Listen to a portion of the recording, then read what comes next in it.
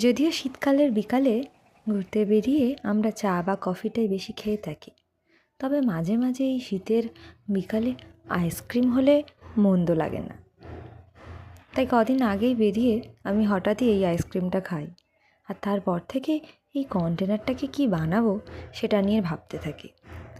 অনেক ভাবার পর ভাবি, যেহেতু এটা চীনামাটির, তাই এটা দিয়ে যদি একটা কাপ বানানো যায় তাহলে কেমন লাগে।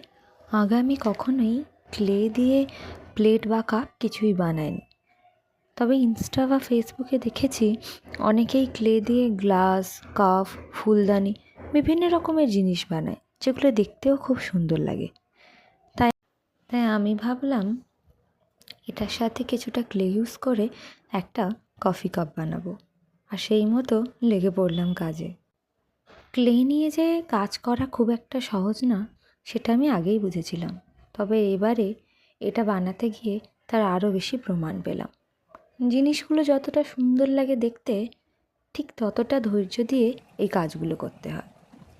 যেহেতু 25 ডিসেম্বর খুব কাছে ছিল, তাই আমি ভেবেছিলাম এটার থিম দেব সান্তা কাপ।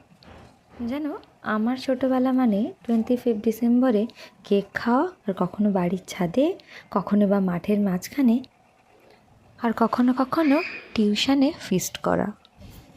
আর কেক মানে ছিল ফ্রুট কেক। আর আমি যখন আস্তে আস্তে বড় হতে লাগলাম, তখন আমার খুব শখ জাগতো আমি বাড়িতে কেক বানাবো। তাই মাঝে মাঝেই নিজে কেক বানাতাম, তবে যদিও কেকগুলো তখন খাওয়ার মতো হতো না। অনেকবার বকা খেয়েছি কেক বানানো নিয়ে, তবু চেষ্টা ছাড়িনি। আর এখন এসে আমি ঠিকঠাক কেক বানিয়ে নিই, যেটা অন্তত সবাই খেতে পারে। আসলে আমার বাড়ির দিকে না এই 5 ডিসেম্বরে এত আলো, এত আয়োজন এগুলো থাকে না।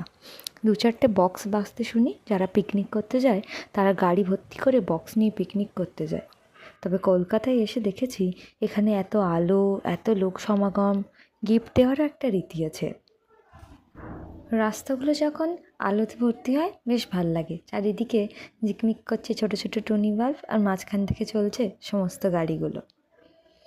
তবে সব কিছুর মধ্যেও ওই ছোটোবেলার ছাদেতে পিকনিক কিংবা টিউশনির ওই ফিস্টটা না খুব মিস করি সেই বন্ধুবান্ধবগুলো, যারা কেউ পেঁয়াজ কাটতে কাটতে চোখে জল আনতো, যারা কেউ নুনের বদলে চিনি দিত, যারা বাড়িতে কোনো দিনই রান্নাঘরে ঢোকেনি, খুন্তি হাতে নিয়ে উনুনের সামনে বসতো রান্না করতে, আর কেউ কেউ কোনো কাজ না করে খেয়ে দিয়ে বাড়ি ফিরত। সে যাই হোক, তবুও সে পিকনিকগুলোর মধ্যে একটা আনন্দ ছিল। থাক, আজ এইটুকুই থাক, দেখা হবে পরের কোনো ভিডিওতে। তোমরা জানিও তোমাদের কেমন লাগলো আমার বানানো এই সান্তা কফি মাগটা।